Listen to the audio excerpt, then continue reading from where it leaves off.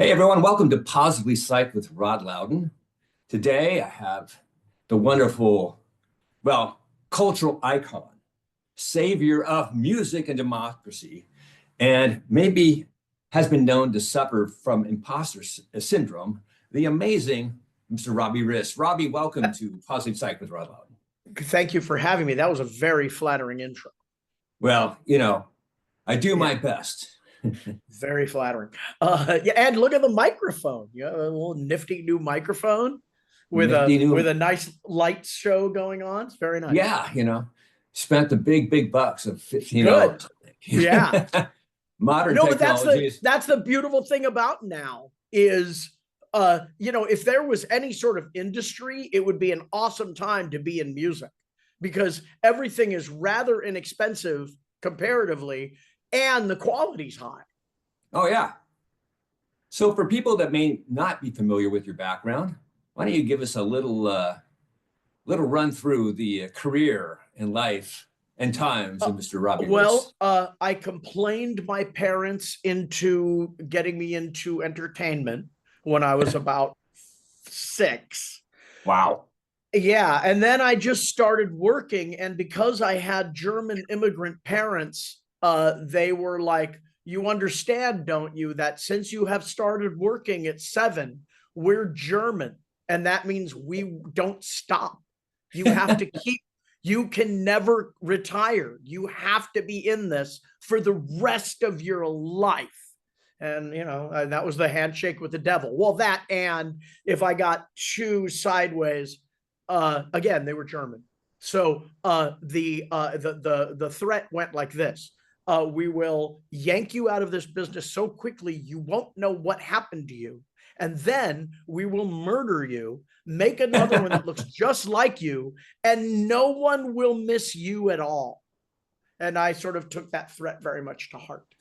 Right. So this was something that was self-motivated by you at a very young age. Where do you think that interest in acting came from? I don't know.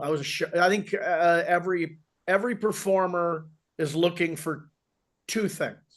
One is a way to express themselves because they don't feel like they're being heard the right way. And I think also one of my little go-tos is what I refer to as the hole. Everyone has a hole in them that they're trying to fill with something. And that can be anything from something very healthy, like, say, art, or something very unhealthy, like, say something unhealthy.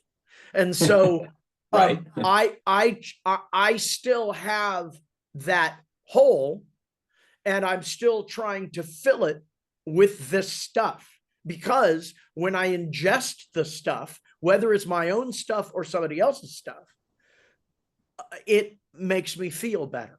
And because of that, my entire ethos, everything that I do and say somehow has an attachment to a play or a movie or a song. I go through my life quoting song and movie words. Yeah, I'm prone to do that myself. So, right. Your first gig at the age of whatever, 6 or 7 was on a really iconic hit show, The Brady Bunch. No. That's years later. Oh, wow, years later. Yeah. It's actually 2 years later.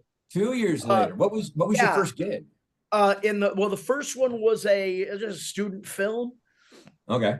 Excuse me. And I think I had. So the way it went was I complained enough to my parents that I wanted to do this. And at first they thought I was just, every kid is playing Fantasyland because they're children. It's what they do. But I was regularly putting on plays for the dog, and I was regularly taking records to school and, putting on the hits, whatever, aping and miming along to the songs and stuff like that. So I was always just kind of doing it. And I kept telling my parents, originally it's because I wanted to be in a monster movie because I was really obsessed with the Universal monster movies. You wanted to be fighting Godzilla?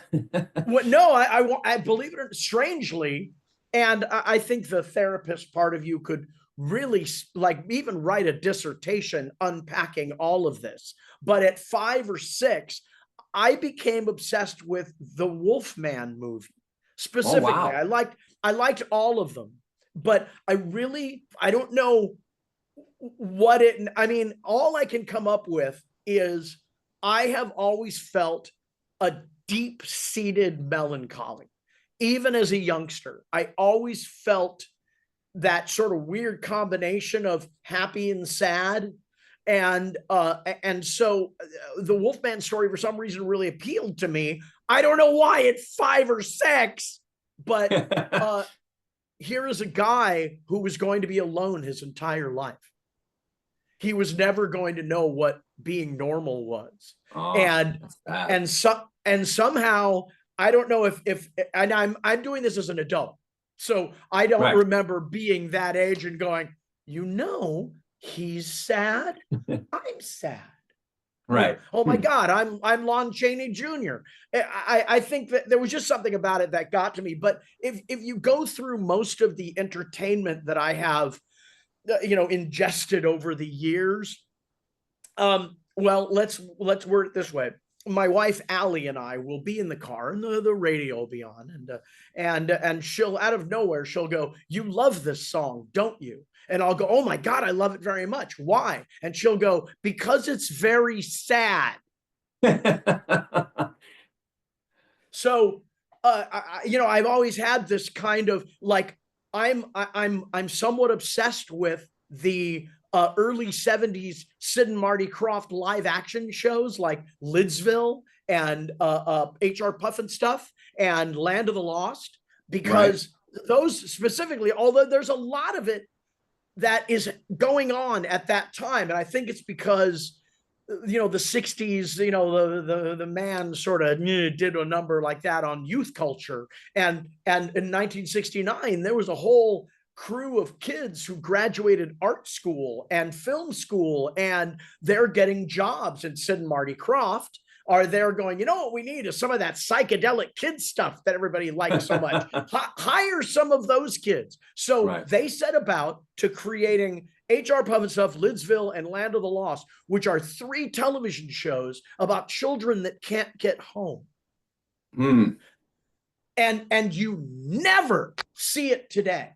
It is not, it seems like we were raised to be a melancholy generation, because I think a lot of the younger people that were making the art that we were digesting were a little like, man, we were so close to something amazing, and we can never go back to that. So I'm going to make a kids show about it. That's interesting. When you think about the music of the 70s, a lot of it was very positive. What are you talking about? Oh, come on. Run, Joey, Run. A song about a guy who gets a call from his underage girlfriend in the middle of the night. Her dad has just found out that they've done it. And the guy is losing his mind. And the guy does what I wouldn't have done, of course. He gets in his car and goes to his girlfriend's house where her dad is about to shoot him. And she jumps in front of the bullet. Don't tell me it was a happy You're picking time. One song. You're picking one song. What about Angie Baby?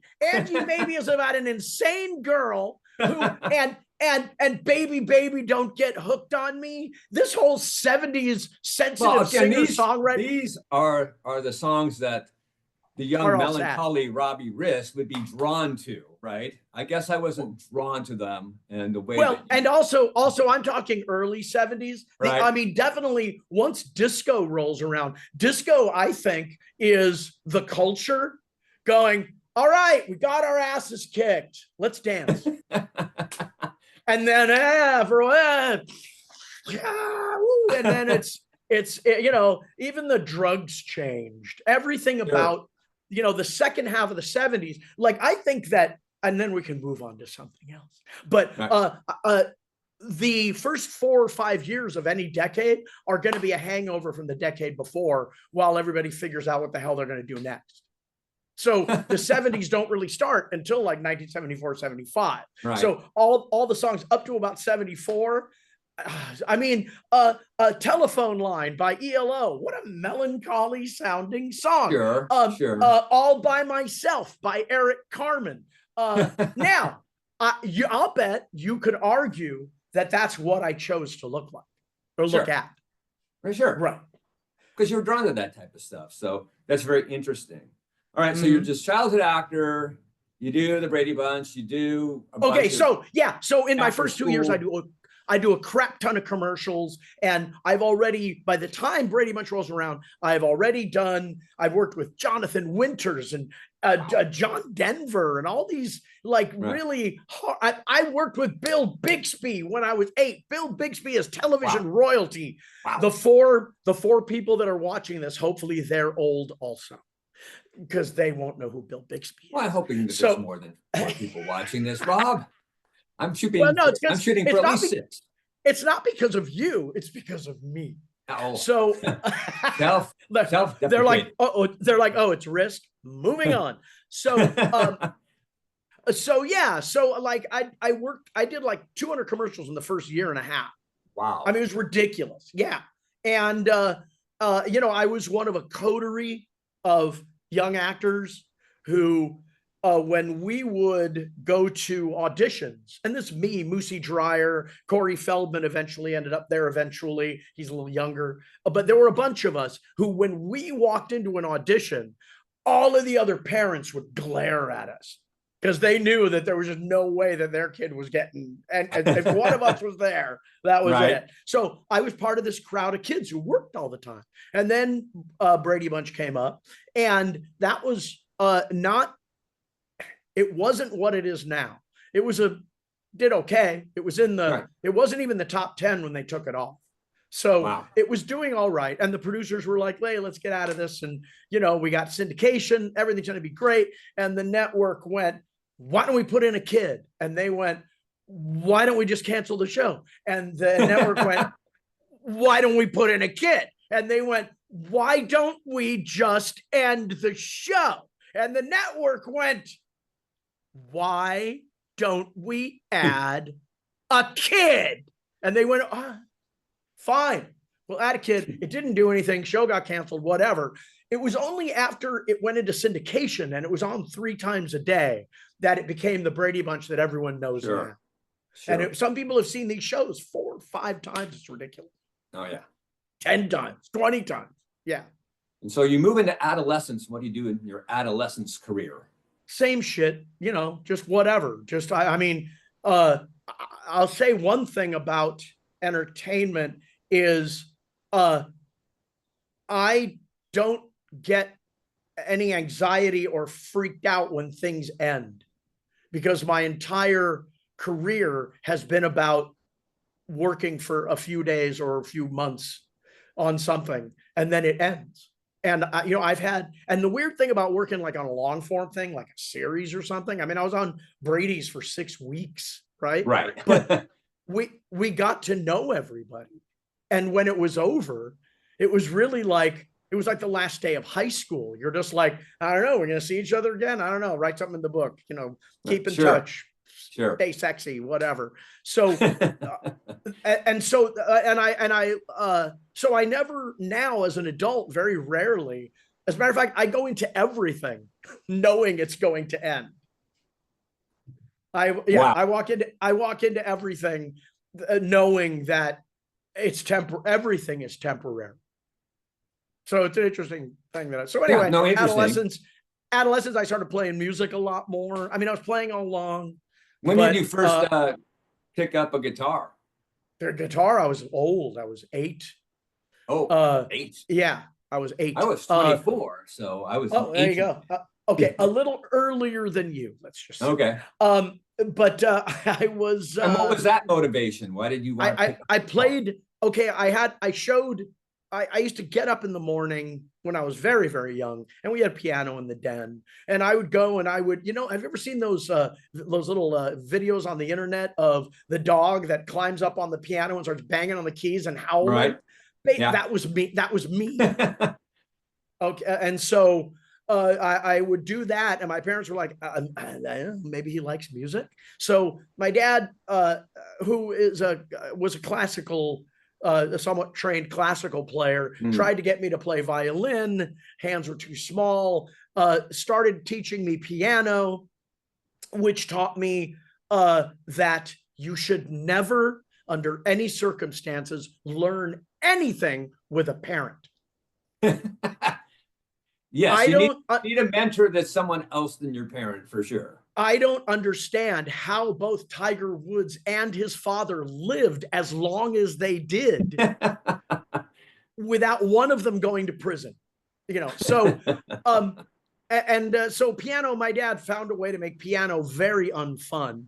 So I drifted over into guitar, and then when I was in my early teens, I started playing drums, and then bass guitar followed that. So, and now I'm kind of a mandolin player, and I'm kind of a lot of things without being anything. What was the first band that you were in? Oh God, I don't know. Some cover band. Me and my buddy, it was Mike Bauer, and Dave Moser and me. Paul Roden might have been there at the very beginning, and mostly it was cover stuff. And then when I was around 15 or 16, L.A. Around 78 or 79. Was kind of a hotbed. It was the new wave years, and people had skin ties and Cuban heel boots, and even some of the punk, Yeah, that was all going on. And it was also, Los Angeles went from a town where every hall, like the whiskey and whatever, was union, and you could only be in the union to play them. Well, they stopped paying their dues so they could just have anybody in there. So LA became this crazy. And so there was this a couple of guys who, like the guy who was teaching me piano and kind of mentoring me at the time. I managed to go, Dad, I like Don better.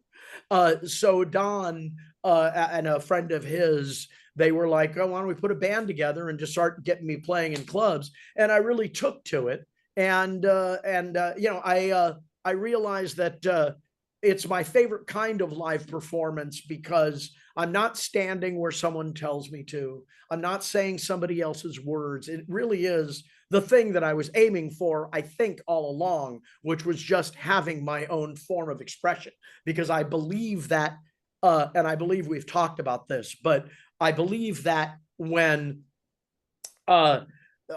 normal people communicate, civilians, people who are not art leaning, they say, Rod, I have a problem with you. And the problem is this: your behavior sets this thing off in me, and we got to find some way to make this thing work, or else we can't be friends anymore. Well, an artist will go, all right, I'm really upset, and I don't know how to tell you the words, so here's an interpretive dance. And so I think, and sometimes because of that, artists can come up with simple things in their art that actually have wider universal knowledge attached to them, if that makes any sense. So like most country songs, especially old ones, not the terrible new, I'm picking up my daughter in my SUV country. Back when it was white person's blues, there's a lot in, even in the funny songs. Jerry Reed has a song called She Got the Gold Mine, I Got the Shaft. So like, but you don't understand what I'm saying is that you really get the story just from the title. So this is something I think artists can do that that not necessarily non-artistic people, they can't really put those, they can. We lost you for a second.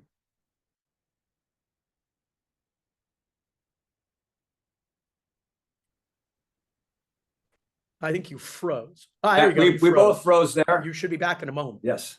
Okay. So internet, that's why. Right. So yeah, are you there still? Can you see me?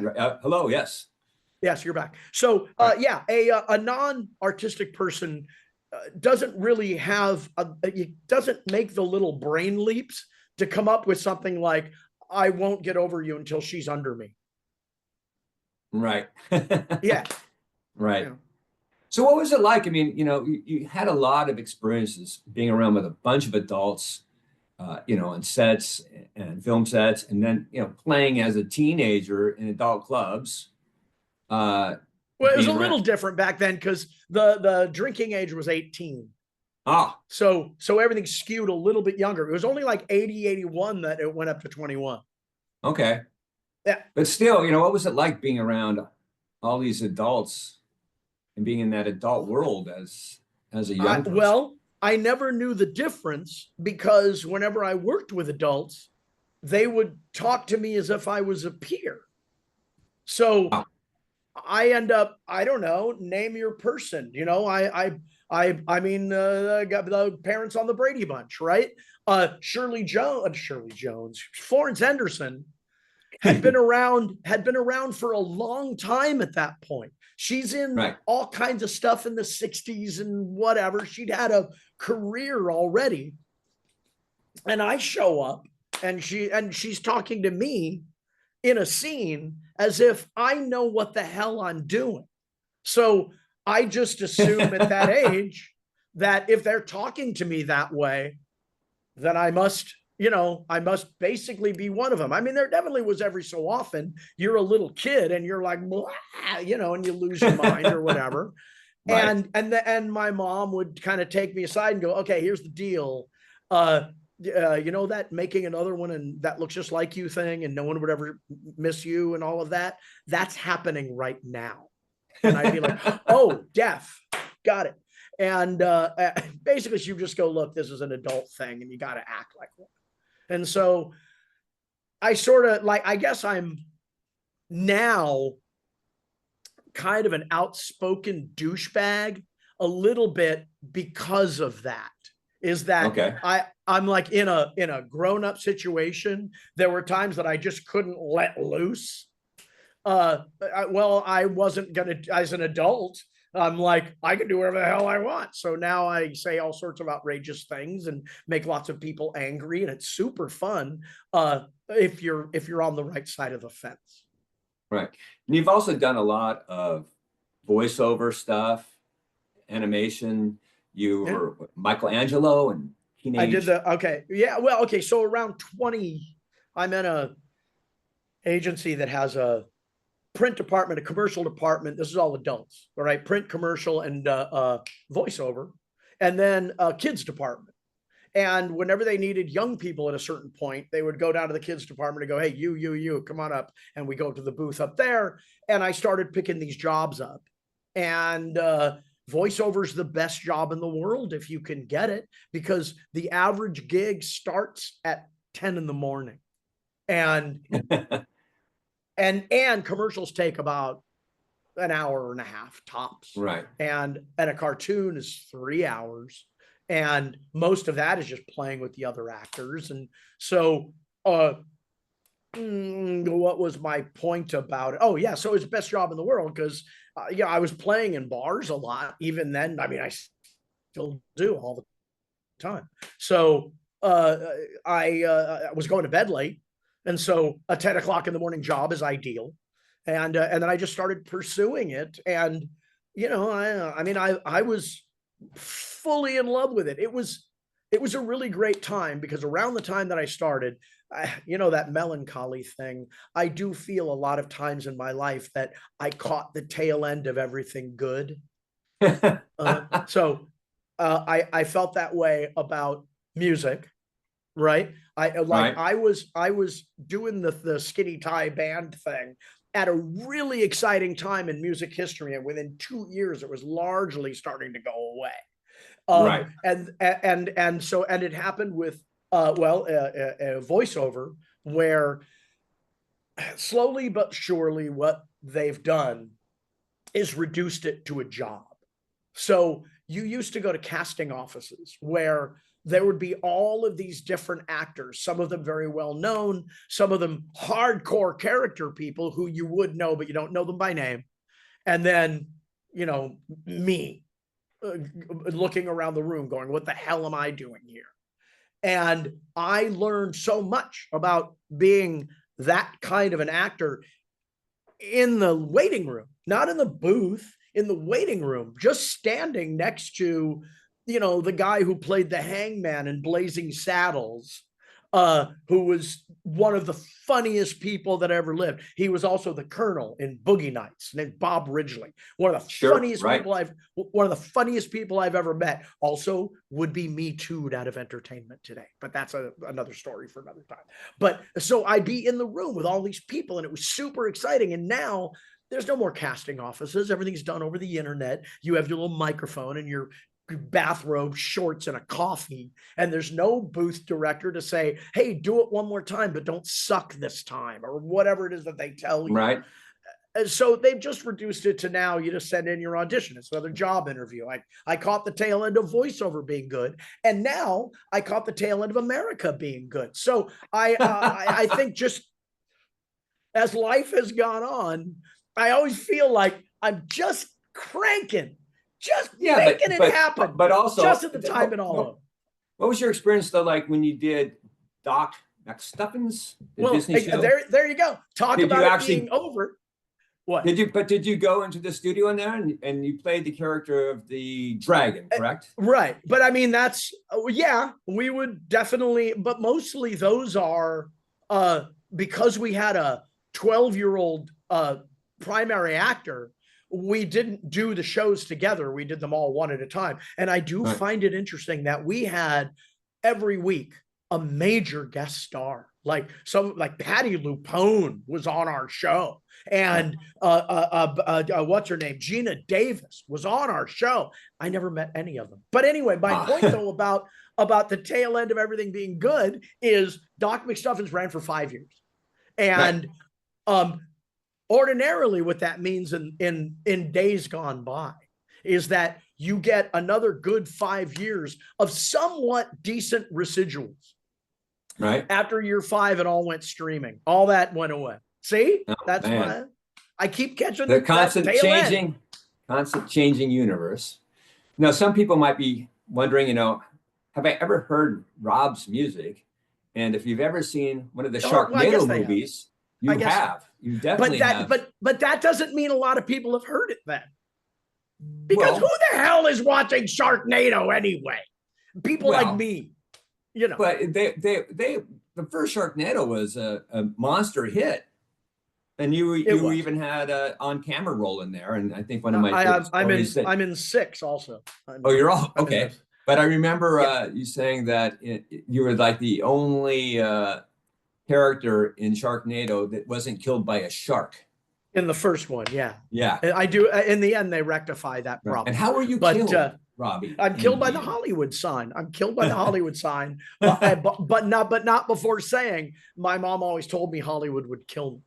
Which is a great line. Did you come up with that, or was that in the script? Yes, I did. Yeah, I did. Well, Anthony and I, we've been doing the director and writer, he kind of, he's not the, okay, so there was a writer on the thing, but the reason it's good is because of Anthony. So Anthony and I have been doing things since the 80s. And so this was just another one of his things. But for some reason, so let's see, we did that. We did his low budget horror film called Boo. We did a Headless Horseman film of his.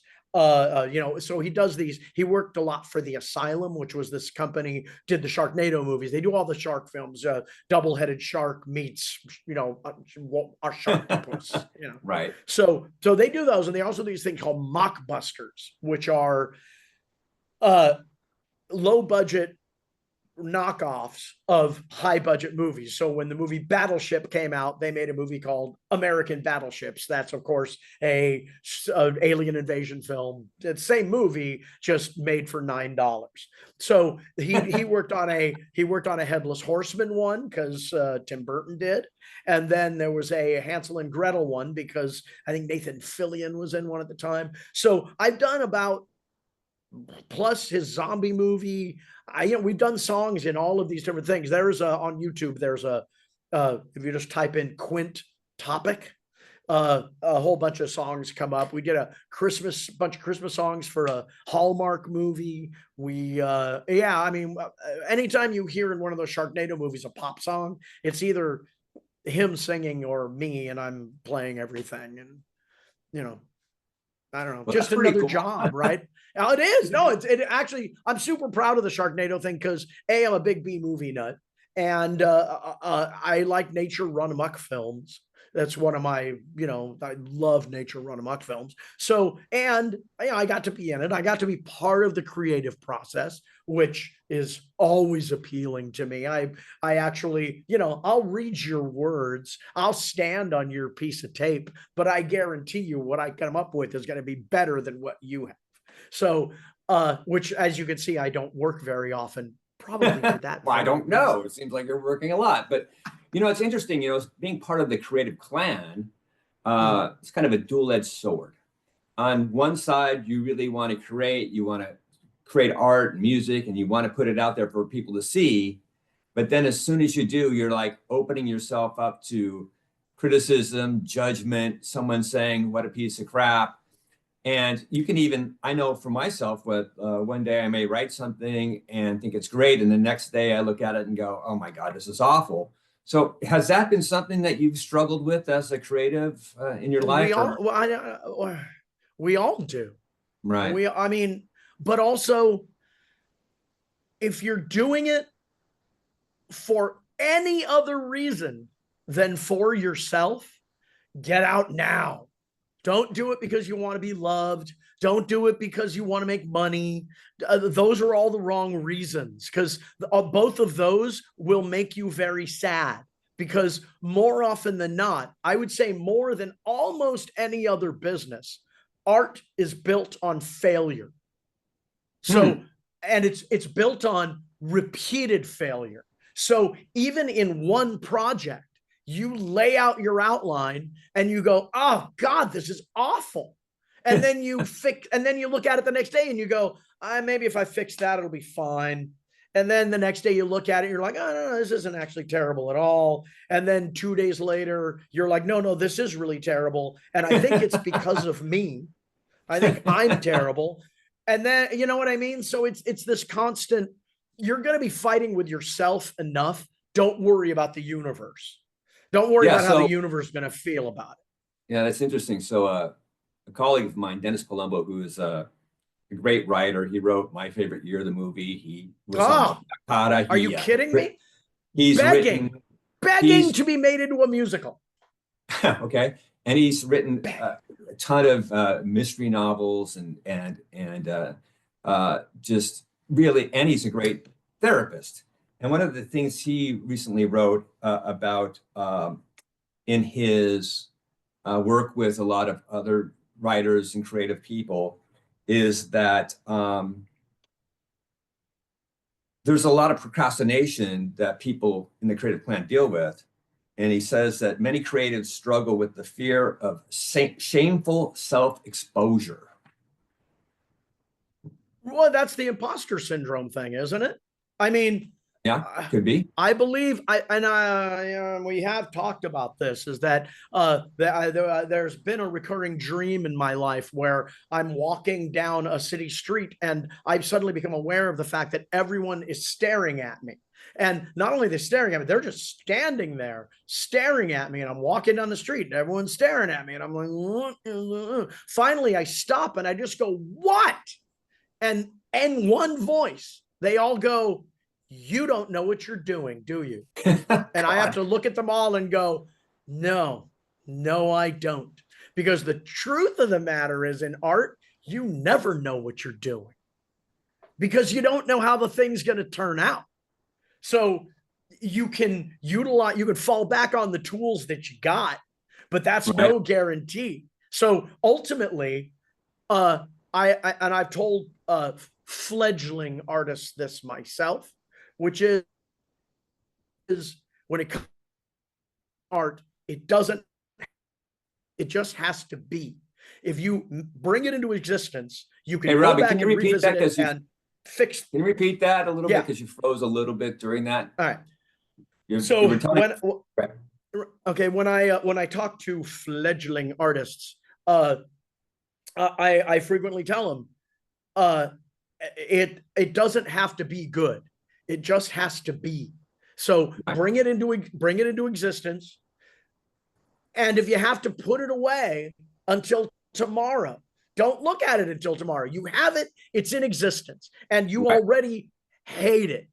So put it away and then look at it the next day and go, okay, what do I hate about it? If I could fix anything, what would I do? And then the editing process happens. I mean, to me, creating is about vomiting on the table in front of you and picking through the chunks that look tastiest and then move those off to the side and then scrape off all the, other stuff, vomit again, find the little tasty pieces, put those off to the side, and then eventually you maybe make a meal out of it.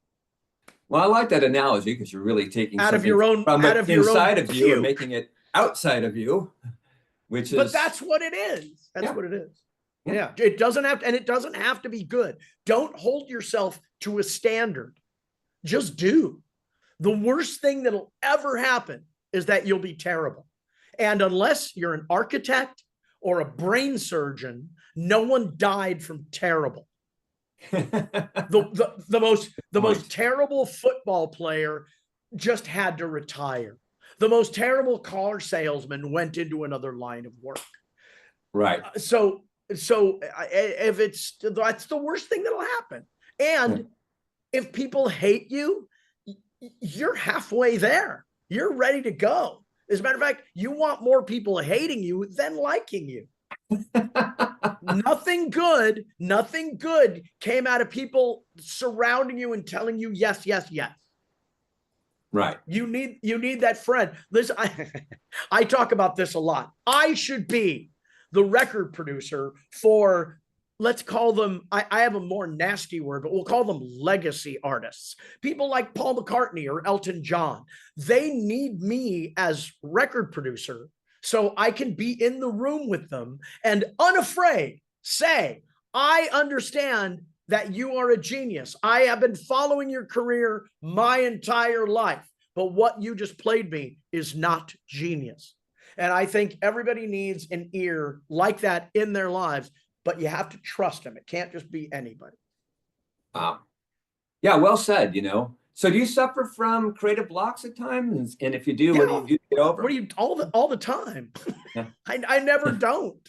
I mean, it is aside from being. Go ahead. I was just saying there's a famous story about writers. Writers write. And that's what you do to get over the creative. You just start typing. And so. Right. Yeah. No, I mean, it's, but also, I think maybe it was Hemingway who said, yeah, writing is easy. Just slice your wrists and start typing. Because, I mean, you have to tap a vein to get at it. If it's going to be anything halfway decent, you have to bleed a little bit.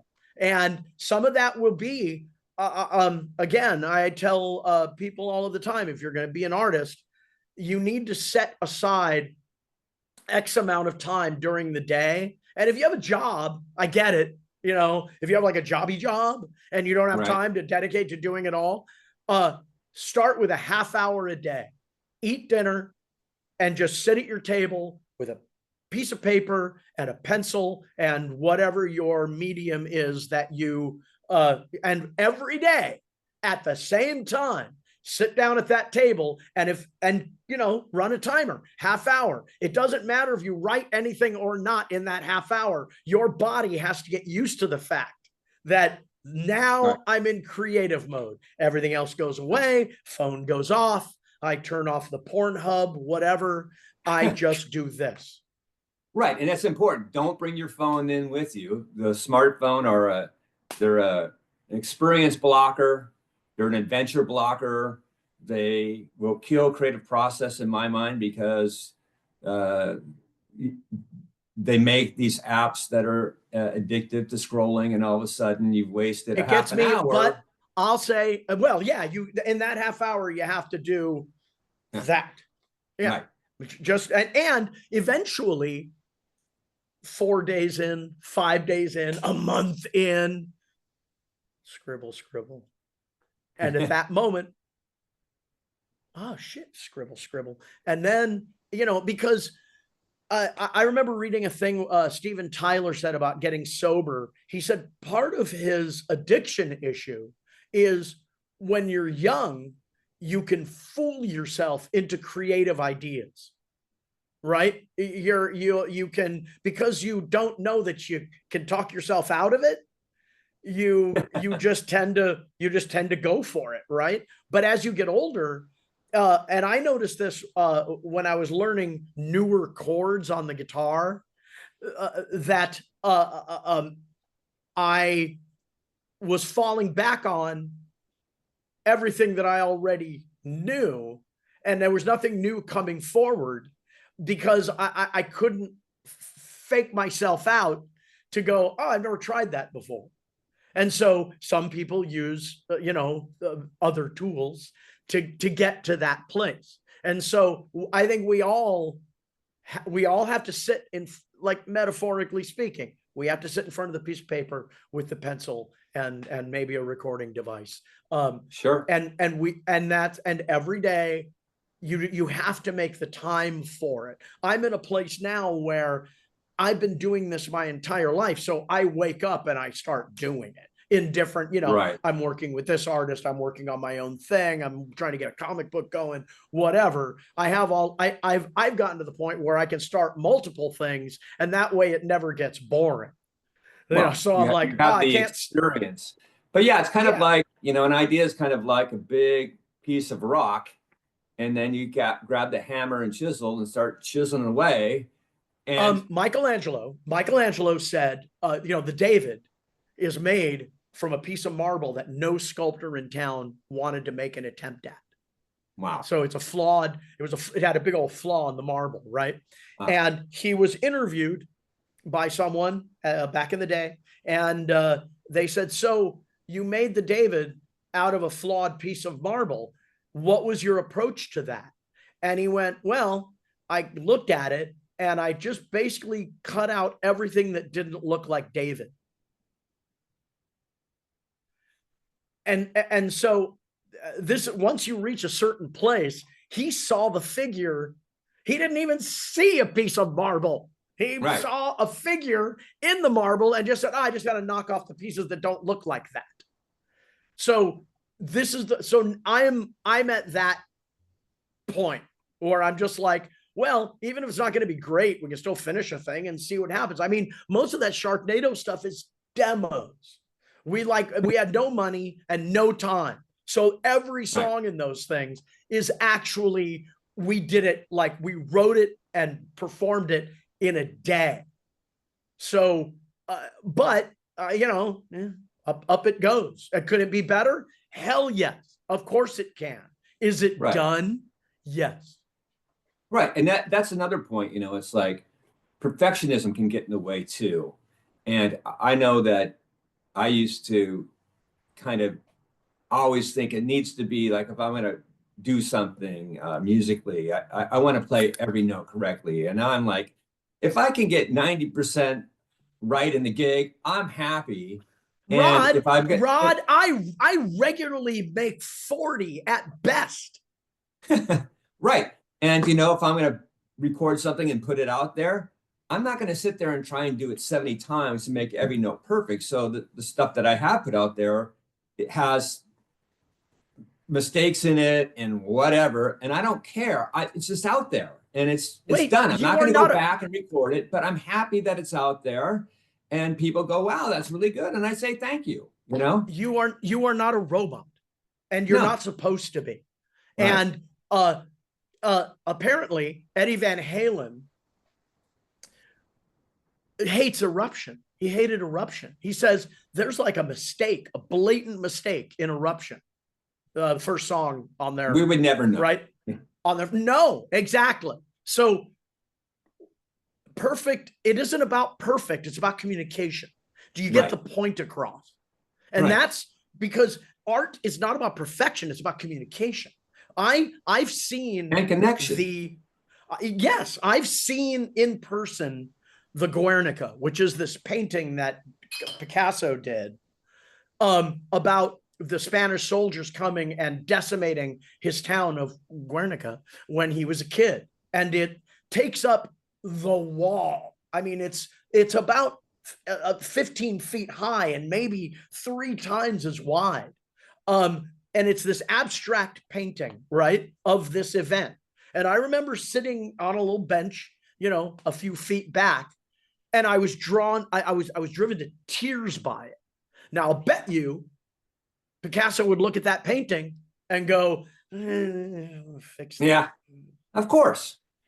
I mean, I have this image of Michelangelo and the Pope, and right. and they're looking at the ceiling and it's still drying, right? But somebody from the church has to sign off on the work, of course. So right. Michelangelo's there looking up at the ceiling, Pope's looking at the ceiling. He's like, Michelangelo, I got to tell you, this is truly the Lord's work. And I see Michelangelo going, fuck, and the Pope going, we're in a church, right? He goes, right. yeah. We're in a chapel. I could have moved the fingers. Fine. Yeah. Whatever. Are we done? You know what I mean? And he went on and made another painting. So art is about communication. It's not about good. It really is. And that's really important for any artist out there. Just get it out there. Face your fears. Yeah. Don't be afraid to suck. One of the things you talked about, chords and pushing yourself. One of the things I've really enjoyed about being in a cover band, Art and Transcendence, we're in LA, is that it's forced me to learn songs. Oftentimes I'm like, wow, that's going to be hard. And then I'm like, oh, this isn't that hard. And to make my fingers move in ways that haven't moved before. And it just increased my skill as a guitar player very rapidly because I wasn't picking up the guitar and doing the same old stuff. I was like, okay, how do I play this Bon Jovi song? Or, how do I play Bohemian Rhapsody? And that solo is really cool. I can do that, and it's really cool when you do that. I love being in a cover band and doing that, and just having the fun of doing that, and then going out there and saying, I'm going to try and play this as close to the artist as possible because people don't want to hear my interpretation of the Stairway to Heaven solo. And by the way, that's why I get kicked out of cover bands all the time. But continue. Yeah, we're not gonna do that. Jimmy Page's epic note for note, which I want to do every time, because that's what the person, people that in our generation has heard that song a million times. They know that solo note for note, and so they don't want me to come out and do, okay, here's my jazz interpretation of the Stairway solo. But just learning those solos and seeing how the greats did it and put stuff together, is another way, I think, to help creativity along, is study the greats, look at what's been successful and see if you can learn something from it, not copy it, which, became, and the other thing I want to talk about too, is it really, really bothers me. I really do not like going and seeing a cover band or a tribute band that has multiple recorded tracks. It's like I'm one band. That thing I was telling you about catching the tail end of everything being good, having backing tracks as part of that. Yeah, because we will never do that in my band. I saw some cover band and all of a sudden Annie Lennox is singing. Oh, really? Oh, and there's no keyboard on stage, but this whole song is keyboard. And it's like, guys, do the work. Make it your own. But as far as that work, I mean, now mind you, I agree with you. Okay. But also, in the world that we live now, that is not the art I necessarily choose to appreciate. To me, I would rather watch someone who is even not that technically gifted, but having the time of their lives up there. I would be more inclined to walk up to that guy after his set and go, that was amazing. Then, the other band that you're talking about, I'd go, man, that was quite the technological achievement. Okay. Right. All right. That's Exactly. what you do then. Yeah. Right. And so, we started out talking about the great technology and how being in music today, is very different and has a lot of opportunities that weren't in the past. But then when you start just relying on the technology, you lose the connection. You lose you to me, you just lose it because, like I said, I I don't, I'd rather see a Because band make you're a mistake. old. Because you're old. Thank you for that, Mr. Rist. And I agree with you, but you know Right. why? Because I'm old. Like, we grew up in a time when most of the work had to come from the artist. Sure. Now you have these tools, you have these machines that can do a lot of your work for you, but that's why a lot of these records are not going to stay around. No. Like, No. because they largely all sound the same. Right. So and they use a lot of the same samples. Like, all the Nashville records for the last 20 years, they've been using the same Telecaster setting on their little amp that plugs into the board. Right. They've had this exact same tone on all of these records for all of this time because Right. they have a machine that can do that. Where the guy who played in the Buckaroos with Buck Owens, that Telecaster sound you hear is born out of him spending a good long time tweaking his chug chug chug, tweak tweak tweak, chug chug chug. You know what I mean? There was a lot of work that went into that sound. But also, there's nothing we can do to stop it. And we're this far away from AI writing all the songs anyway. It's going to be like Gattaca, where they're only going to want to hire people who are genetically enhanced. Right. Yeah. No, it's a rapidly changing environment, and I always tell a lot of clients, that I didn't have a cell phone until I was 37 years old, and it was just a flip phone, or a computer until I was 37, and it was the greatest gift in my life not having those things. Yes. Right. Yes. Oh, no. Once I was the last person to have a pager. Last person on earth. Yeah, I was like, I hate the leash. And then it's like, I need to find a phone to call this person. Yeah. And now I can't live without it. I mean, it kind of sucks in that respect. But also, now I don't want anything terrible to happen. But part of me is glad that I'm 60 years old and, maybe 20 years at the outset and I'm out of here. Great. Because by then, I'm just going to be Ebenezer Scrooge anyway. I'm already 2/3 of the way there. Yeah. And by then, the singularity, where AI becomes self-aware, is probably going to occur. Yeah. And the integration then of that into the human tissue, I'll be like, go get him. It's rapidly approaching, and that's going to radically change everything. And so we're, it's like writing Colossus. We've had that slow climb. We did, as young people, was the slow climb. And then, with the advent of the internet and specifically really the smartphone, it's coming over the top, and now we're just flying down going, oh no, this is scary. And what's that loop ahead? Yeah, well, we don't, I mean, I felt as though, and again, maybe it's because I'm old, but I think that I was kind of along with where popular culture was going for a long time. Even the parts of popular culture maybe that I wasn't necessarily all that into, I at least was sort of, I didn't know that we'd end up here. And I didn't know that we would end up in a place where, at least America is a place where art is treated as something unimportant until it's important. Up until then, all art that people want to ingest is about if it's cool or if it's making a lot of money or what have you. Where how can it be monetized?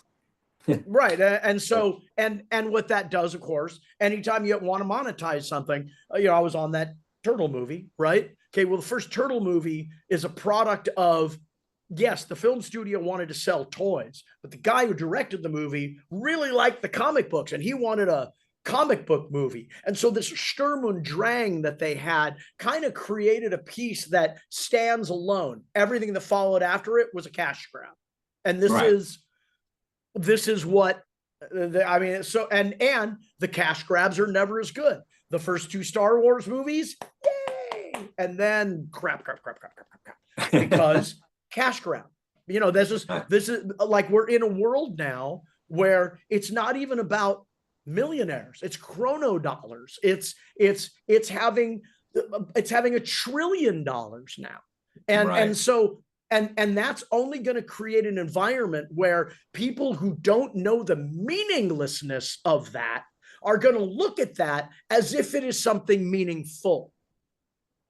Right. Being a trillionaire gets you nothing aside from buying an entire country.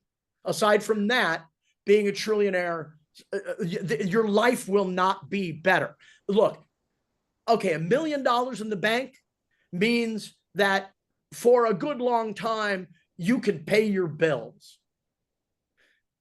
$5 million, even more so. Once you start dealing in 10s or 20s, what do you need? What more can you not buy a car? Can you not buy a goddamn super yacht with that? Come on. Where's the struggle? Anyway, where's the beauty of the struggle, you know? But that's for a different show. But yeah, because you know, and I hate it. Well, you know, we're all going to experience the same thing on our deathbed, and that anything material that we acquired in life is now completely meaningless. What do you mean? You know what? I don't want to sound like Nietzsche here, but our memories are meaningless. Everything about us is everything about us is meaningless, except for the people who.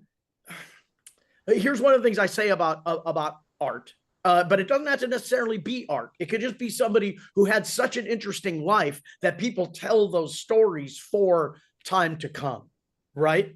But art, I heard Penn Jillette say this, that art is a fuck you to death, because what art says is you can take the meat sack. The meat sack is all yours, but my soul is still kind of here.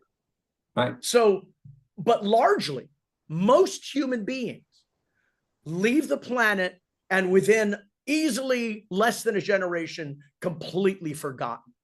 So we have to make our own meaning, I guess, is what that all means. And live in the now, you know, live in the now. The breath that we're taking now is just as important as any breath we'll ever take. So I'm much happier living in the past. That way I know when something sucks, I can see it coming. Well, Rob, on that note, I want to thank you for on that happy note. On that happy note, back to the melancholy and the poor wolf man. And you know what you should do is you should, at the end of every show, you should do like a psychological follow-up going, well, okay, here's what I learned from that. That dude's weird, you know, or whatever. I think that I'll take that in consideration for a few seconds, and I don't but anyway, thank you so much for coming on Posse Psyched. And thank you. And I mean, best of luck to you. I hope this thing does really well. I think it's a really I think people in your line of work have actually a lot to offer to the talk show format, because you know, you're kind of looking in between the lines at things that most people don't. Well, thank you for that gift, man. Thank you. I appreciate I'll wear the t-shirt. All right, brother. Until our paths cross again, thanks and namaste. Sign to the devil to you, sir.